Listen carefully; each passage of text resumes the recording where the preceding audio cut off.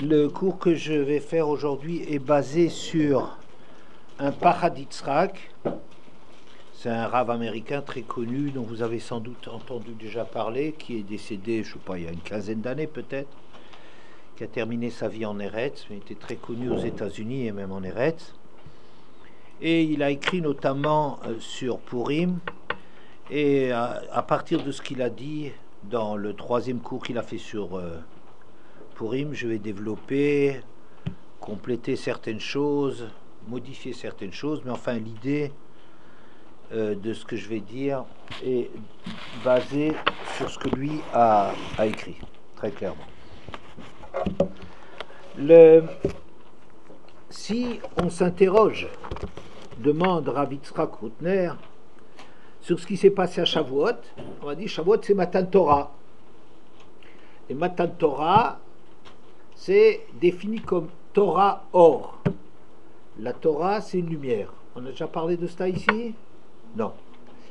Alors, la Torah, c'est ça ce qu'on a reçu à Shavuot, et l'incidence, c'est une lumière dont on ne sait pas encore exactement de quoi il s'agit, dont on parlera par la suite. Si maintenant on va demander, qu'est-ce que c'est Purim? Qu'est-ce qui c'est Purim? Qu'est-ce qui s'est passé? On va dire, la Yehudim Aïta Ora, il y a eu de la lumière. Ora, zu Torah. Ora, c'est défini comme la Torah. Ora, ve simcha, ve sason, vikar. Ora, zu Torah. Simcha, c'est... Pardon? Yom Tov. Sason, c'est... Mila, très bien. Et vikar, c'est... Tfilin, très bien. Alors, Ora, zu Torah. Alors, on voit que c'est quelque chose dans le sens inverse de Shavuot. Shavuot, ce qu'il y a eu, c'est la Torah, c'est le Matan Torah, et cette Torah s'est traduit par un Or. À Purim, c'est l'inverse. C'est le Or, Ora, c'est ça qui est défini comme la Torah. Un nouveau regard sur la Torah ou quelque chose de ce genre-là.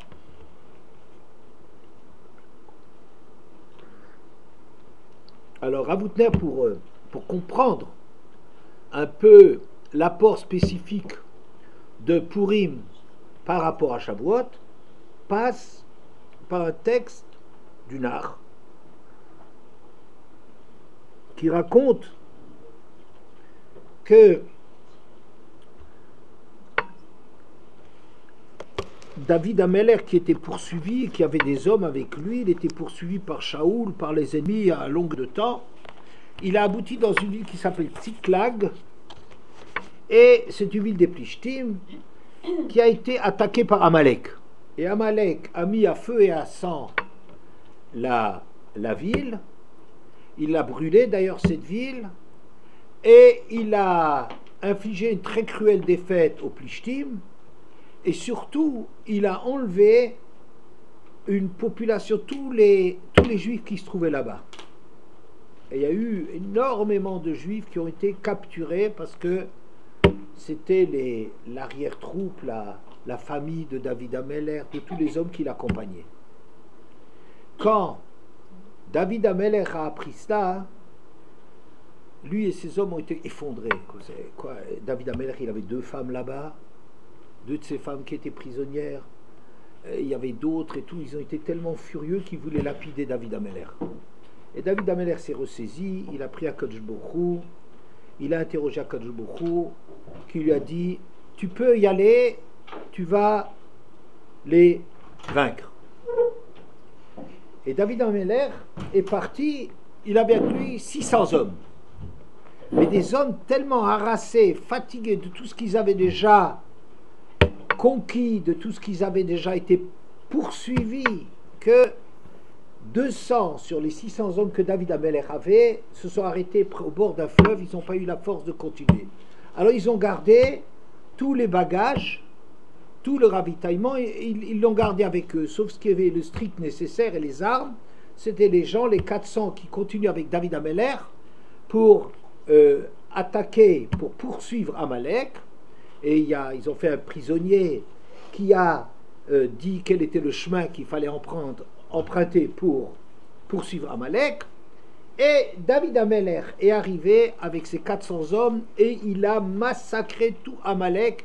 Il ne restait plus un seul homme d'Amalek.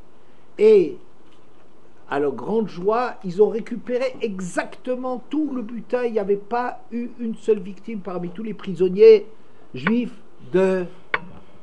d'Amalek. C'était une victoire extraordinaire. En plus, que David Amelech a capturé un butin extraordinaire. Quelqu'un m'a demandé, une fille du SEM, à une dizaine d'années, j'ai parlé de ce cours.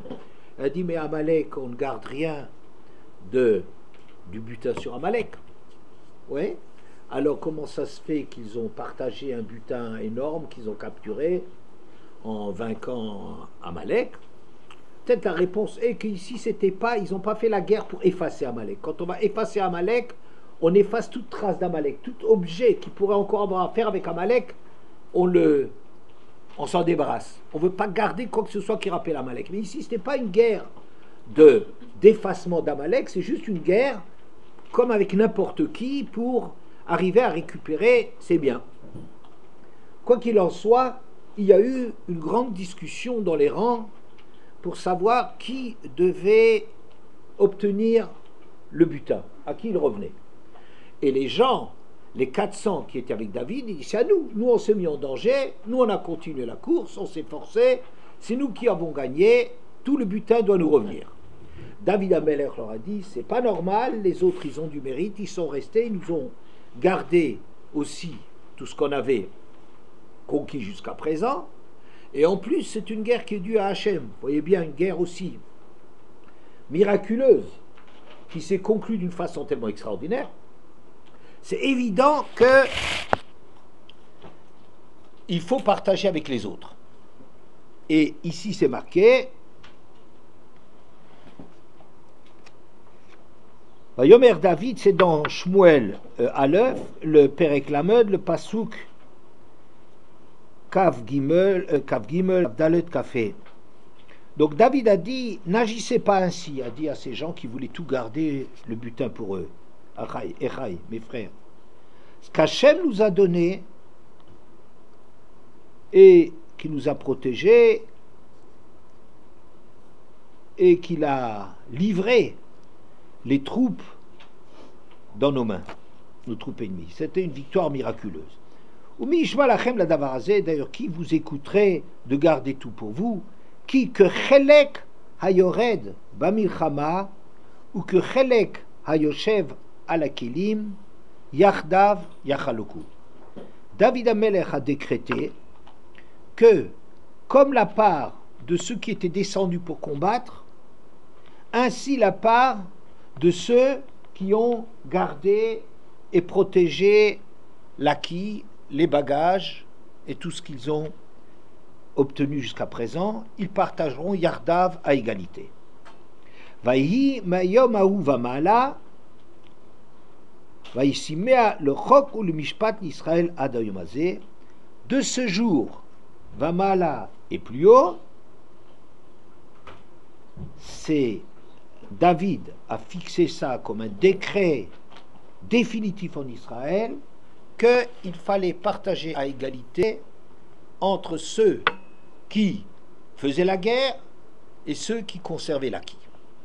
Il y a juste une petite curiosité dans le texte que vous avez peut-être entendu.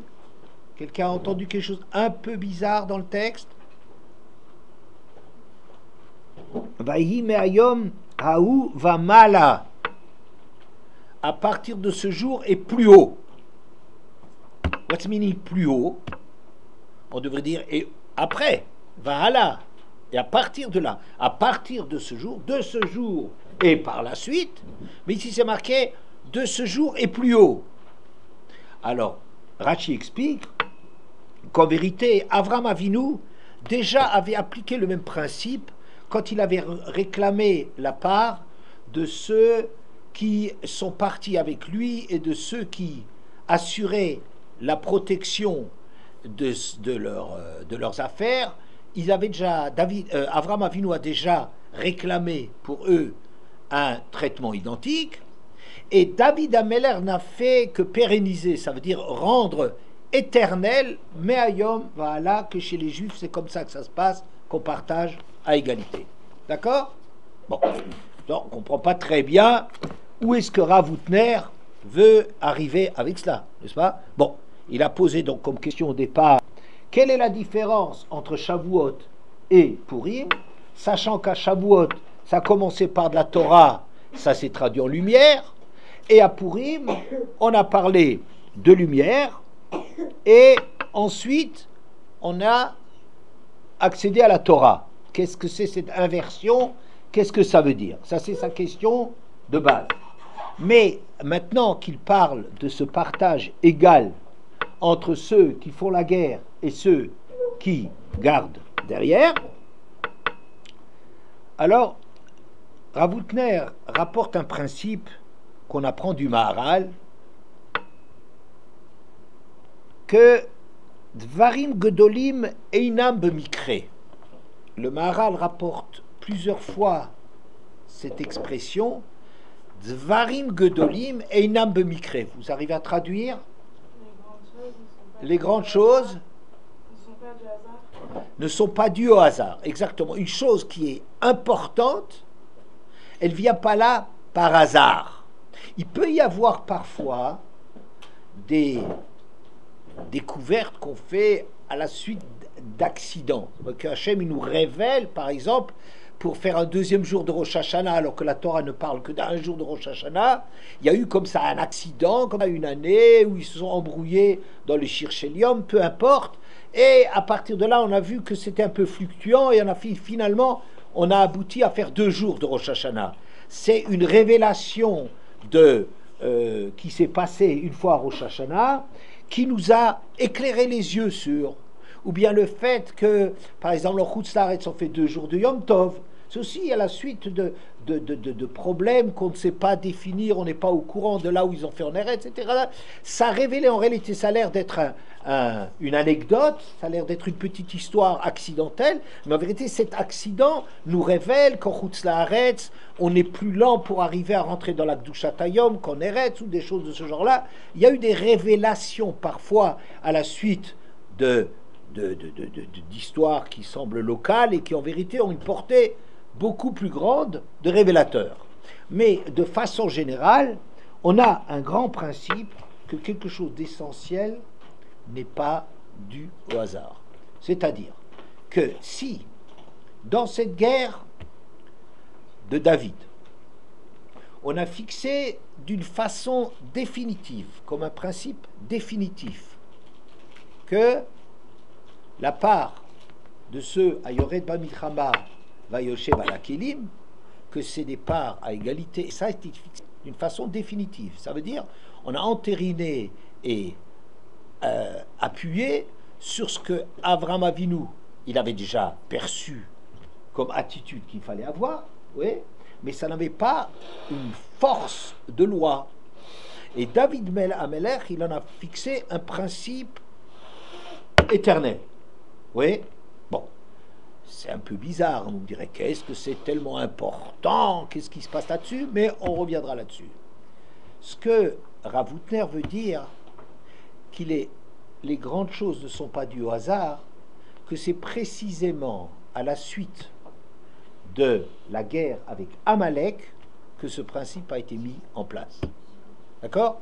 C'est ça ce que Rav Houtner a entendu dans ces histoires, et qu'il veut ranger derrière ce principe du Maharal, Dvarim Gedolim, Einam Bemikre, des choses qui sont essentielles, ne peuvent pas être, c'est pas du hasard, c'est pas ça peut se passer ou ça peut pas se passer, il faut que ça se passe, ça doit se passer, une chose qui est nécessaire, incontournable, eh bien, il faut que ça se passe, pas, oui, ça peut se produire ou ne pas se produire, d'accord? Il y a des moments dans lesquels c'est des moments appropriés, il y a des circonstances appropriées, mais il faut que cette chose-là soit fondamentale. Donc, on s'interroge sur cette histoire du partage à égalité qui viendrait à la suite de l'histoire d'Amalek, de la guerre contre Amalek.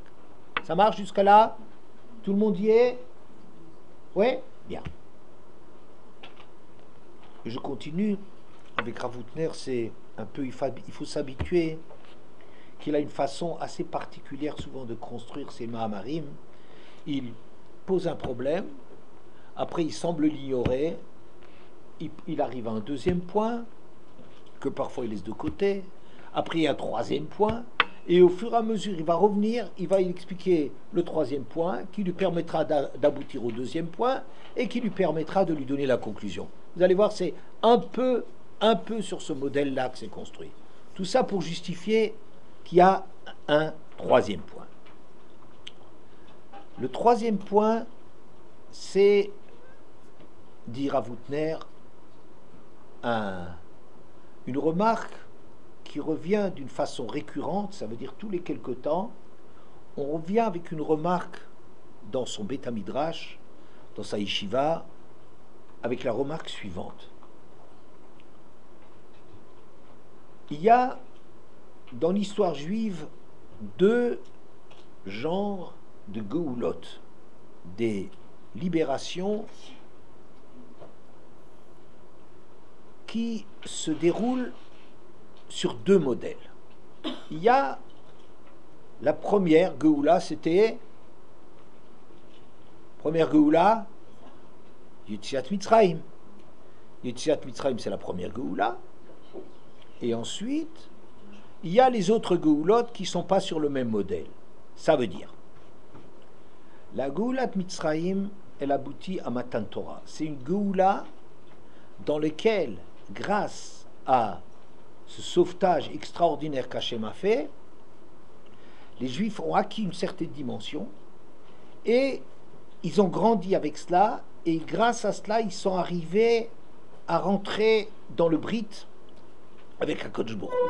Il y a un Brit de Matan Torah qui a succédé à Yetziat Mitzrayim. Vous savez très bien que la sortie d'Égypte, ce n'était pas une libération de l'esclavage, c'était beaucoup plus important que cela. Elle est justifiée non pas parce qu'Hachem il libère des esclaves, mais parce qu'il voulait que le peuple juif ait du sens dans sa libération, et ça aboutit sur Matan Torah. Tavdun et Elohim à la Harazé, à la sortie d'Égypte, sachez que vous servirez Hachem sur le Sinaï. D'accord? Ça a une finalité. C'est pas qu'Hachem a pris parti simplement pour la victime contre son bourreau, c'est pas de ça qu'il s'agit, c'est que la sortie d'Égypte, elle devait aboutir, c'était la première phase essentielle, mais la première phase de quelque chose qui va lui donner sens, qui est Matan Torah.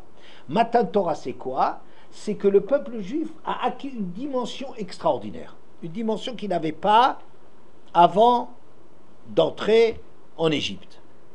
Et cette dimension, c'est une dimension de Brit, d'être capable, la Achnassa, les Brit, de rentrer, de conclure une alliance, de se rapprocher d'Hachem. C'est quelque chose d'absolument extraordinaire. Il y a eu Matan Torah, les révélations, des choses qu'on n'a jamais entendues, des choses un message que la nature et la création n'a jamais pu nous donner avant Matan Torah. D'accord? Ça, c'est Matan Torah. Donc, c'est quoi?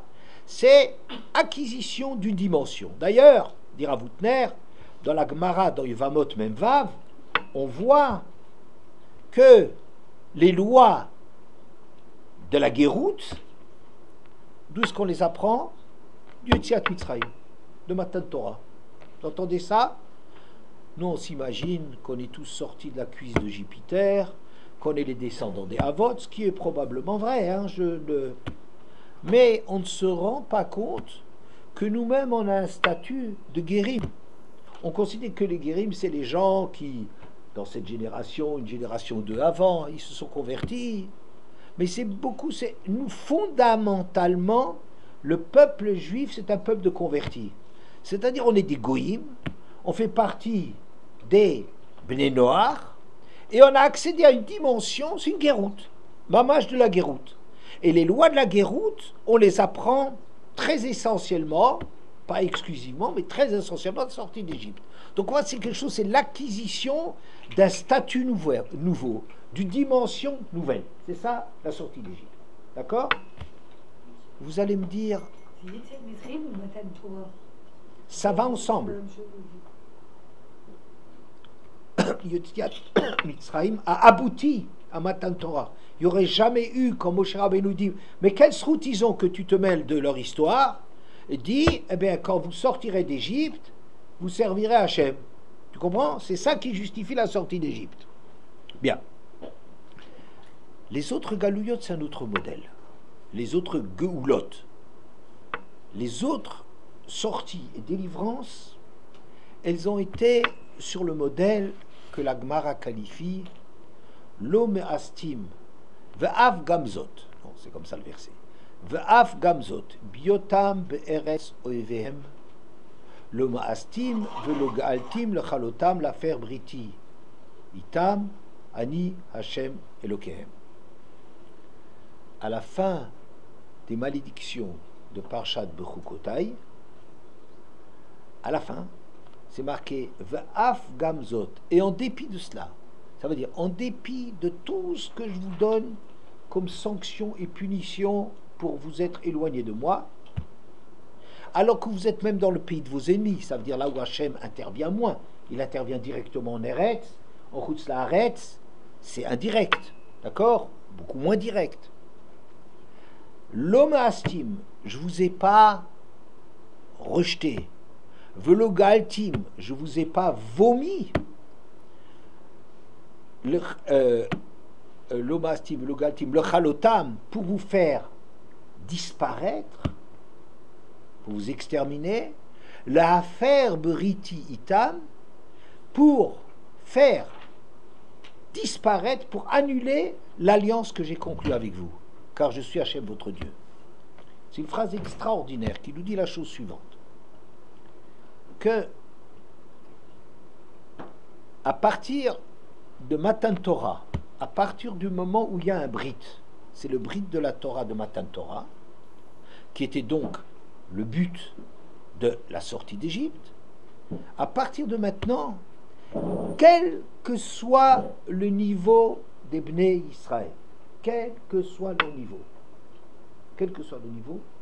l'homme astim velo galtim le chalotam la faire brititam. Hachem ne va plus revenir en arrière sur ce point-là. Il y a un point qui est acquis, que les Bnei Israël ne vont plus disparaître. Quelles que soient les sanctions et les punitions qu'ils peuvent avoir, quels que soient les malheurs qui veulent les ramener à la raison, quoi qu'il arrive dans leur histoire, jamais Hachem n'effacera l'affaire Briti de sortir de cette alliance qui était conclue au Sinaï. D'accord? Vous y êtes? Non. Ah, Rav d'Esther, il explique ça comme ça. Bon, la Gemara, Rav d'Esther.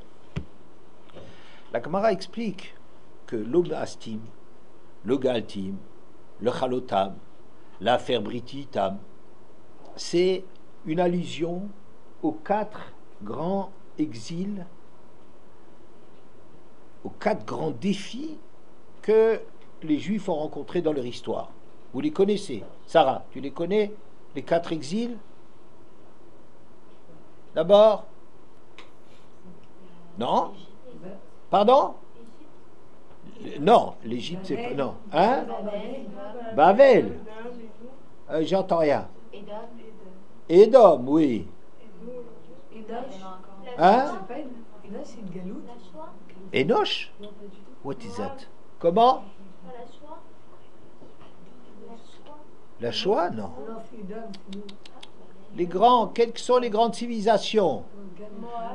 Bavel? Non, mais non, c'est pas de la devinette sur des noms. Quand vous ne connaissez pas, il y a 4 grands exils. C'est très très souvent dans la Torah, il y a des allusions. Dans Parshat Shmini qu'on va lire, on va dire tels animaux, ils vous rappellent telle et telle chose. Dans le rêve de Nebuchadnezzar, il y avait une allusion. Il y a plein d'endroits dans lesquels, depuis Breshit bara Elohim, va arrêter ça est un Tohu, Vavou, Vechosher, Alpenetom, Chosher, Yavan.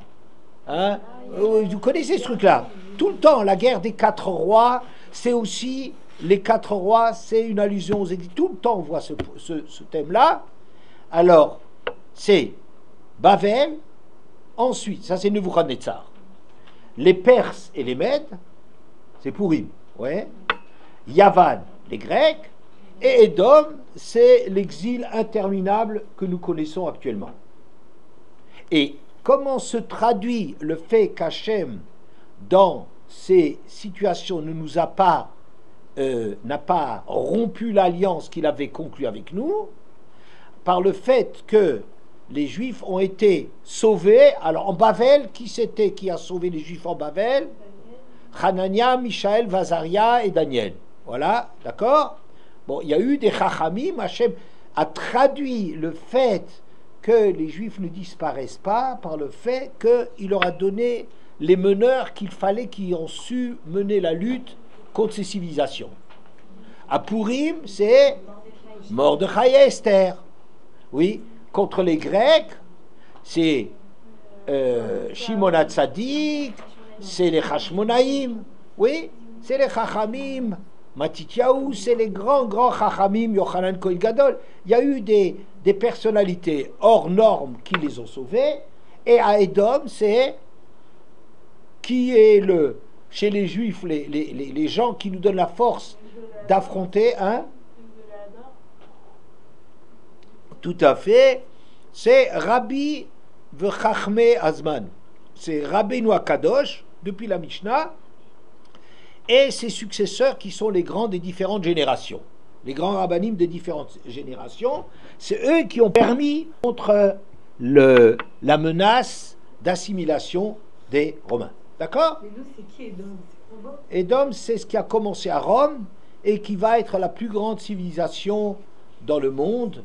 Est-ce que c'est les Américains? Est-ce que c'est actuellement, on pourrait dire que le monde entier, il est devenu le même. C'est Coca-Cola et machin et beans, que ça s'appelle chinois ou que ça s'appelle russe ou américain, c'est un petit peu la même chose. Mais enfin, je ne mets pas de nom là-dessus. C'est la civilisation qui a commencé à Rome et Édom et qui va envahir le monde entier. D'accord? Bien. Ça, c'est une façon dans la Gemara, dans Megillah Yud Aleph, Amoud Aleph, décrit le fait qu'Hachem ne nous abandonnera pas.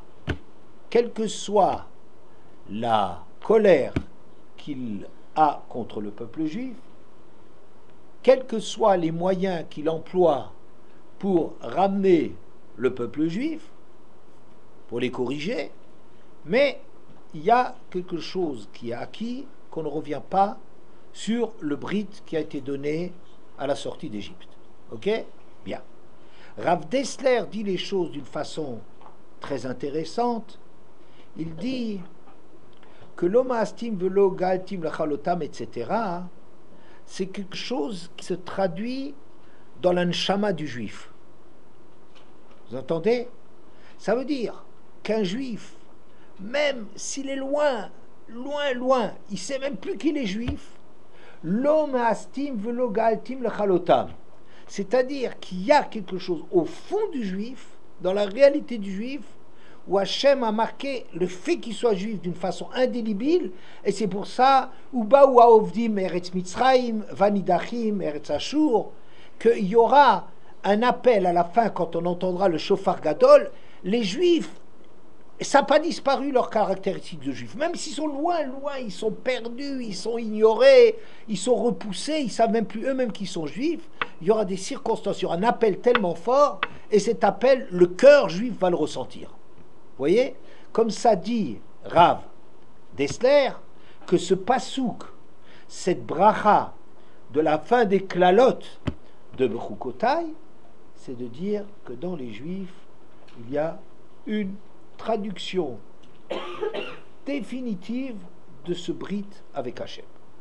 On est bon? Jusqu'à présent, vous avez suivi. Donc, il y a ce qu'on appelle la Geoula de Mitzrayim, c'est les Chidushim, les territoires nouveaux, les révélations, les trouvailles, les découvertes, l'accession des Chachamim dans des mondes nouveaux, dans des sphères nouvelles. Ça, c'est, on est en train de parler du Shiur Koma, de la dimension du Klal Israël qui grandit par l'acquisition de territoires et de révélations de Torah. N'est-ce pas, mademoiselle? Oui. Alors, deuxièmement, il y a un deuxième modèle de Géoula, c'est de réveiller le caractère juif et de remonter à la surface. D'accord? Dans l'Égypte, qui appartient au schéma sortie d'Égypte, c'est de grandir, d'acquérir de plus en plus, d'avoir un brite de plus en plus étoffé avec Akadosh Baruch Hu. Ça, c'est un modèle. Deuxième modèle, c'est les Geoulot sous le signe de le réveil de ce qui est juif. C'est-à-dire la traduction de, même en dépit de la distance qu'il y a encore une dimension juive qui reste à l'intérieur d'eux, qui va se réveiller, sûrement avec l'aide de ceux qu'on a désignés dans la Gemara, de Mordechai et Esther à l'époque de Purim, sûrement. Et c'est le réveil de ce qui est juif, de cette trace de juifs qui a été donnée au moment du Brit de la Torah et qui va faire, qui nous permet de refaire surface. D'accord ? Bien. Ce qui est intéressant, c'est que la première fois où on a vu ce réveil de cette dimension juive, c'est à l'époque de Purim. Pourquoi ? Parce qu'à l'époque de Purim, ce qu'il y a eu, c'est que Haman et Achashverosh ont fait alliance. Vous voyez ce couple de bâtards là ? Oui ? Quoi, tu es étonné que je les appelle comme ça ? Alors, ce couple de tzadikim, oui. Alors, ce grand couple de tzadikim qu'on a, qu'est-ce qui se passe ? Il y a eu le mamzer Haman, ça c'est un vrai mamzer, ça. Oui. Achashverosh en est sûrement un aussi. Vous avez déjà vu un petit peu l'histoire des rois de France ? Vous vous demandez comment est-ce qu'ils peuvent dire qu'un tel c'est le fils d'un tel, parce qu'il y a tellement eu de tromperies partout à tous les niveaux que vous ne savez même pas qu'est-ce qui a été choisi de là-dedans. Mais enfin, peu importe. Ce qui se passe, c'est que Haman, Amalek, a donné le conseil à utiliser le vecteur de la civilisation d'Achashverosh pour exprimer la haine qu'il a et le désir de faire disparaître la dimension de juif.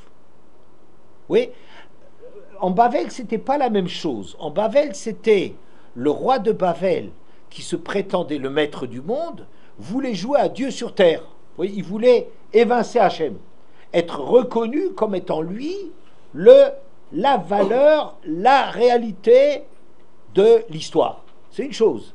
C'est pas le caractère juif qui est, ça touche indirectement le caractère juif, mais c'est pas ça qui est directement en jeu. Mais à Purim, c'est la première fois que Haya Sholer Trounia, que le Esav, à travers Amalek, a lancé cette attaque contre le peuple juif pour faire disparaître cette dimension de juif. Vous voyez ? Bon. Eh bien, vous voyez avec qui ça s'est passé ? Avec Amalek. Tiens donc. Comme par hasard, Amalek est mêlé à cette histoire.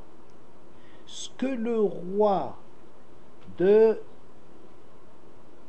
Édom va faire dans les nations, au fur et à mesure, c'est étendre son emprise sur le monde pour faire disparaître les Juifs. Vous voyez qu'on l'appelle, dans la guerre des rois, l'allusion à Édom, c'est Tid al-Melech Goïm. Tid al-Melech Goïm, le roi des nations. Mais on ne te dit pas sur quoi, comment tu le caractérises. C'est le roi des nations. Bavel, ça a une certaine réalité. Les Perses et les Mèdes en soi une certaine réalité. Les Grecs, ils s'attaquent à autre chose. Ils ont des valeurs. Ce sont des gens qui ont certaines valeurs et qui ont été un challenge, une remise en question de la vision juive des choses.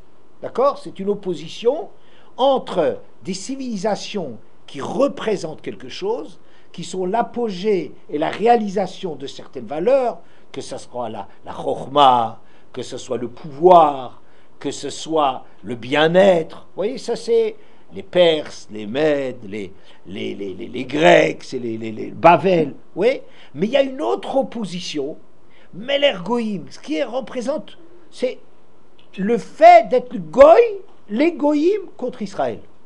Cette attaque, les Goïm contre Israël, Ça, c'est Amalek qui est porteur de cela, que la première fois où on essaie de faire disparaître les Juifs, c'est à travers Amalek, à travers Haman.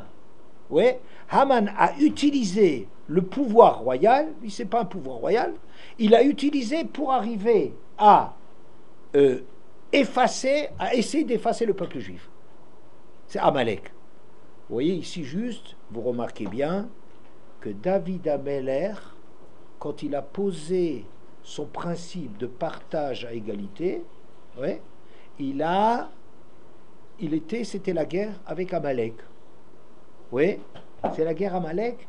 Et Rav Hutner disait, oh tu sais, c'est pas par hasard que c'est Amalek, parce que c'est quelque chose de très important cette histoire-là.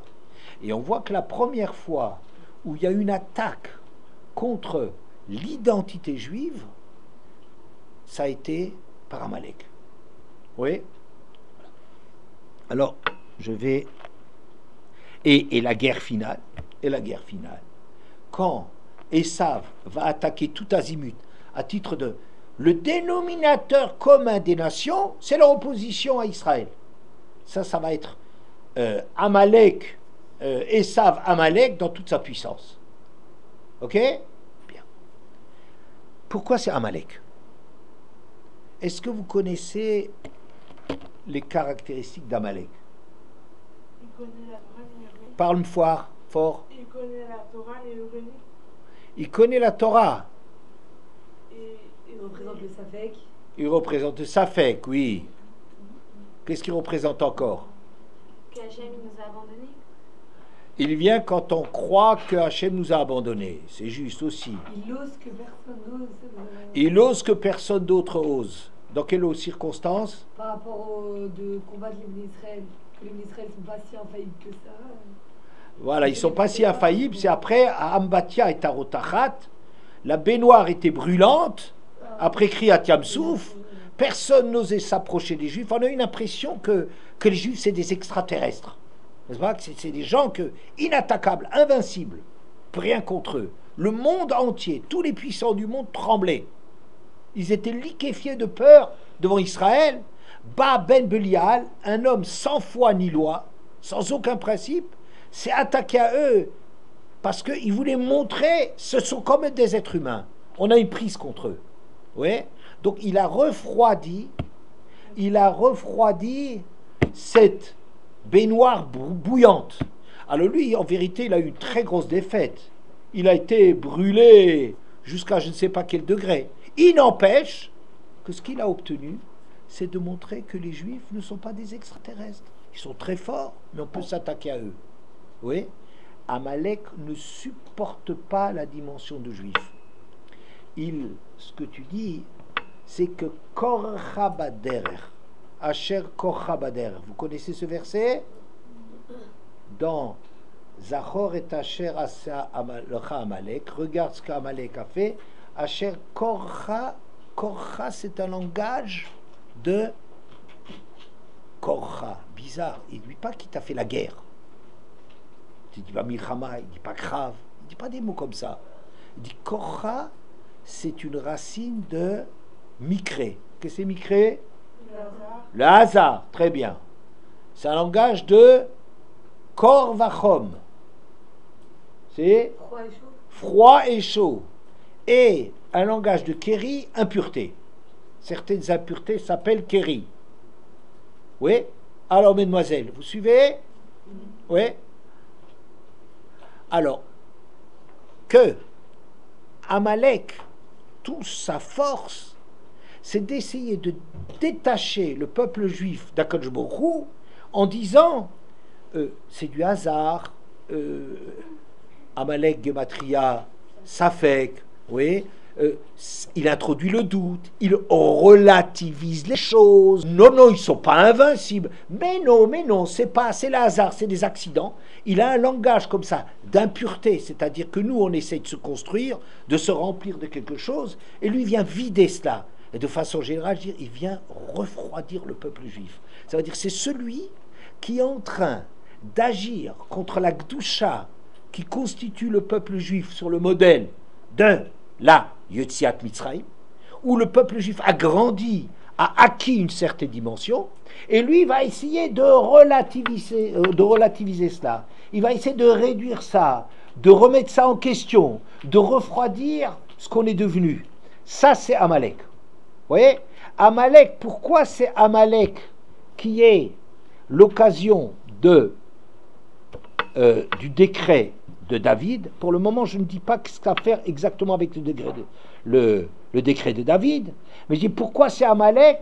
Parce que Amalek, c'est lui qui est en train de remettre en question l'acquis du peuple juif, ce qui constitue le peuple juif et qu'il a acquis à la sortie d'Égypte, et par la suite avec tous les chidushim et toutes les conquêtes et toute la grandeur que le peuple juif a accumulée.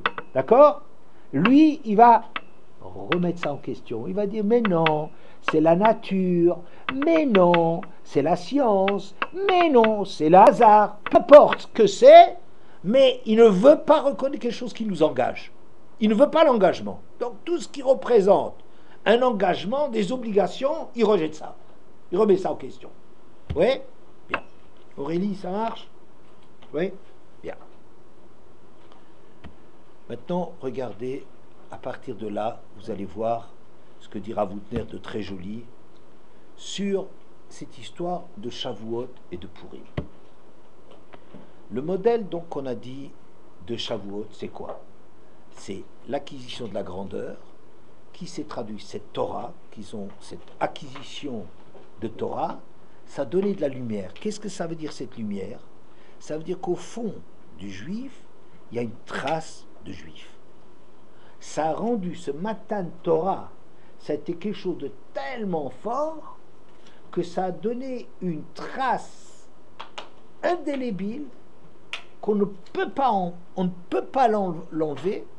Le juif a été l'acte de naissance, si vous voulez, de la grandeur du juif, à part tous les miracles qui nous ont formés, à part notre passé devenir des avotes, à part tout ce qu'on a été, tout ce qu'on a mûri dans l'esclavage d'Égypte. Mais le point, le gmar de tout ça, le makebe patish, la conclusion de tout ça, c'est le Matan Torah qui a définitivement fixé en nous qu'on ne peut plus perdre cette qualité de juif. Contre cela, Amalek veut effacer cela. Il conteste cela. Mais qu'est-ce qui va se passer maintenant?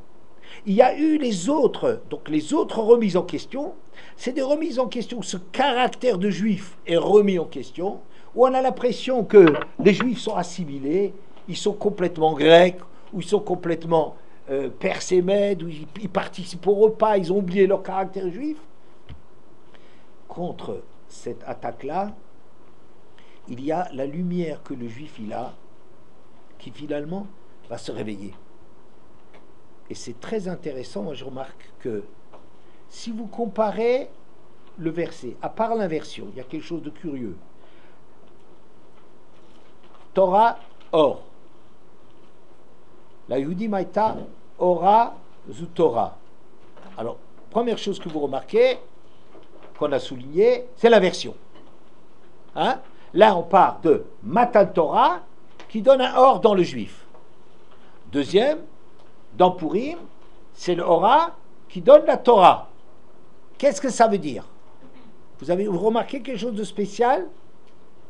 À Shavuot, quand on parle de lumière, comment est-ce qu'on l'appelle? La lumière de la Torah, comment est-ce qu'on l'appelle? Or. Et à Purim? Ora. On ne dit pas or. Vous avez remarqué? On ne dit pas or. C'est-à-dire quoi? C'est-à-dire aura. Quelle différence entre or et aura? Quelqu'un sait? Aura. Quelle différence entre or et aura? Le féminin et le masculin. Quelle est la différence? Alors le masculin, c'est quelque chose qui, c'est l'acquisition, c'est la guerre, et le féminin, c'est la conservation. C'est assuré. Vous voyez ce partage qu'il y a, cette répartition entre conquérir une dimension et conquérir des territoires, faire la guerre et arriver à accumuler un butin nouveau, c'est une chose. Deuxièmement, dans l'autre sens, ça va être le caractère féminin, conserver l'acquis, et à partir de l'acquis, qu'est-ce que ça va donner? Ça va donner Ora zu Torah. c'est-à-dire à partir de l'acquis que les Juifs ils ont. C'est pour ça qu'il est au féminin. Ça s'appelle donc Ora. Ora au féminin, ça veut dire l'acquis, comme les femmes, on dit que les femmes, ils ont comme charge, on a déjà dit que Nivek Otsar, c'est elles qui conservent, qui sont faits, qui sont conçues pour porter l'enfant, pour porter la dimension de juif, c'est les femmes qui le donnent. C'est-à-dire les femmes, c'est l'acquis du peuple juif. À partir de cet acquis du peuple juif, ça va donner Torah. Comment est-ce qu'à Purim ça donne Torah? Où est-ce que vous voyez ça? Très bien. Adar qui bloua bimé Achashverosh. Très bien.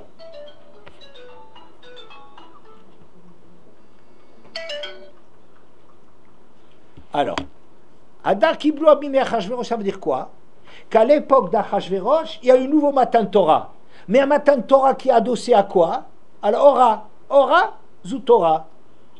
C'est-à-dire l'éveil de tout ce qu'il y a comme acquis de cette dimension juive, ce qu'on a acquis à l'intérieur de nous, le fait d'avoir sauvegardé cela, c'est ça qui nous permet un nouveau matin de Torah. Mais c'est deux matins de Torah qui sont différents, vous avez vu? Il y a le matin de Torah de Shavuot, ça veut dire le matin de Torah a créé en nous une trace. Oui. Le deuxième, c'est la trace qu'on a reçue et qu'on a conservée. Vous voyez, il y a la part de celui qui se lance à la guerre. Ça, c'est les hommes, c'est le modèle de grandir avec Matan Torah. Et la part de celui qui conserve l'acquis, que c'est tout aussi essentiel de conserver l'acquis. Pourquoi? Parce qu'à partir de cet acquis, de cette Torah, de cette Ora plutôt, on revient de la Torah. On a un regard nouveau sur la Torah. C'est-à-dire quoi? C'est-à-dire, il y a deux choses dans la Torah. Il y a découvrir, avancer, progresser, apprendre, et il y a le retour là-dessus. C'est quoi? Tu fais la chazara, tu reviens, et quand tu reviens, tu refais le chemin, tu intériorises les choses, tu comprends. Voir la deuxième fois, c'est réfléchir. Par exemple, vous avez des leçons que vous apprenez quand vous êtes jeune, des midrashim qui ont l'air un peu gentils pour des jeunes. Après quelques années, vous avez une expérience de la vie, vous relisez cela, et vous trouvez qu'il y a une lumière extraordinaire dedans. Il y a quelque chose de nouveau. Ça veut dire que vous arrivez à comprendre le contenu. Au début, on vous racontait ça. La première fois où ça se passe, c'est formidable, c'est merveilleux. Hein? Ça nous entraîne, ça nous fait grandir, ça nous enthousiasme. Mais après, quand vous le relisez avec une certaine expérience de la vie, vous arrivez à le lire avec des yeux nouveaux. C'est ça ce qui s'est passé à Purim. À Purim, cette aura, c'est-à-dire la trace de cette lumière, telle que nous on l'a conservée, a permis un nouveau matin Torah. Kimou Mashikiblu Kvar. Ils ont donné corps, ils ont donné consistance à quelque chose qu'ils avaient déjà reçu par le passé. À Matan Torah, ils ont juste reçu de la Torah, ils ont été grands là-dessus. Mais à Purim, ils ont donné la vie à cela, ils ont compris le contenu, ils ont fait vivre cette chose-là. Et faire vivre quelque chose, c'est aussi important que la première fois. Est-ce que vous comprenez maintenant ce modèle de David Ameller? Que ceux qui travaillent sur l'acquis, c'est autant que ceux qui se mettent en danger, qui foncent et qui font la guerre. C'est un autre modèle de travail. Là, c'est le modèle de l'effort, du risque, de l'avancée. Et l'autre, c'est un modèle de donner du sens, de trouver, de faire vivre les choses. Vous voyez? Ce modèle de Purim a permis un matin de Torah équivalent au matin de Torah de Shavuot. Donc, la part qu'on a eue avec le fait de conserver l'acquis a été aussi grand, ça a été un matin de Torah, ça a abouti à un matin de Torah, comme dans Matan Torah, la première fois. Donc, vous voyez, les deux modèles, ils sont comme ça. Et on dira, par exemple, Torah Tziva Lanu Moshe, Moracha Kilat Yaakov. La Torah que Moshe nous a donnée, c'est une Moracha. Qu'est-ce que c'est Moracha? Moracha? Héritage, très bien. Et comment est-ce qu'on lit? Il ne faut pas lire Altikre Moracha. Et là, Morasa. Vous ne connaissez pas? On dit dans la Torah, c'est marqué, tu vois, Altikre Moracha, ne dit pas Moracha, héritage. Mais c'est marqué dans la Torah. Quoi, la Torah, il va dire qu'il ne faut pas lire la Torah comme il faut lire la Torah? C'est écrit dans la Torah, Moracha. Et on dit Meorasa. Meorasa, c'est Arosa. Qu'est-ce que c'est une Arosa? Hein? Fiancé. Ça veut dire quoi? Quelle est la différence entre Moracha et Meorasa? C'est la différence entre la mère et la femme. La mère, c'est l'héritage, on tient d'elle, alors que la fiancée, c'est le chemin qu'on fait à partir de nous, à partir de ce qu'on est, grâce à la Moracha, on va trouver, je sais pas, l'âme sœur, j'en sais rien comment est-ce qu'il faut le définir, on va trouver quelque chose qui nous correspond. Vous voyez, c'est le même Altikre Moracha. Moracha, c'est les données, c'est ce qui est écrit, c'est vrai que la Torah, ça inscrit quelque chose de définitif dans le peuple juif. Il y a un héritage de la Torah dans le juif. Mais nous, quand on le lit, qu'est-ce que ça veut dire? Lire, c'est quelque chose de vivant. Écrit, c'est comme ça. C'est une donnée qui nous dépasse. Oui. Mais lire la chose, ça veut dire lui donner de la signification, de l'épaisseur, du sens. Oui. C'est ça. C'est le travail que toi, dans ta vie, tu pouvoir faire. Et les deux choses sont aussi essentielles. Il est essentiel d'avoir grandi à travers Matan Torah et d'avoir reçu le Or, et il est tout aussi essentiel de ce Or, de l'avoir fait vivre, de l'avoir conservé, de l'avoir soigné, parce que lui aussi nous permet une lecture nouvelle. Donc grâce à ce... Et ça, c'est l'ennemi de cela, c'est Amalek. Tout ça, ça s'est passé avec Amalek. Pourquoi? Parce que c'est Amalek celui qui remet en question tout cet héritage. Il dit c'est des blagues tout ça, ça n'existe pas. Il n'y a pas de surhomme, il n'y a pas d'homme différent. On est tous semblables, on est tous égaux. Oui. Et ça c'est cette lecture qui relativise et qui rabaisse le juif de Amalek, de Haman. Oui. Cette lecture-là, c'est celle qui fait que contre cela, il faut répondre en réveillant cette aura dont on est dépositaire, oui, et qui nous permet un nouveau matin de Torah égal, d'importance égale à l'autre. D'accord? Donc les deux Geoulot sont deux Geoulot d'importance égale. La première Geoula, d'acquérir du nouveau, de grandir, et la deuxième, de donner du sens, de l'épaisseur, de l'intimité, de la beauté à l'héritage qu'on a déjà.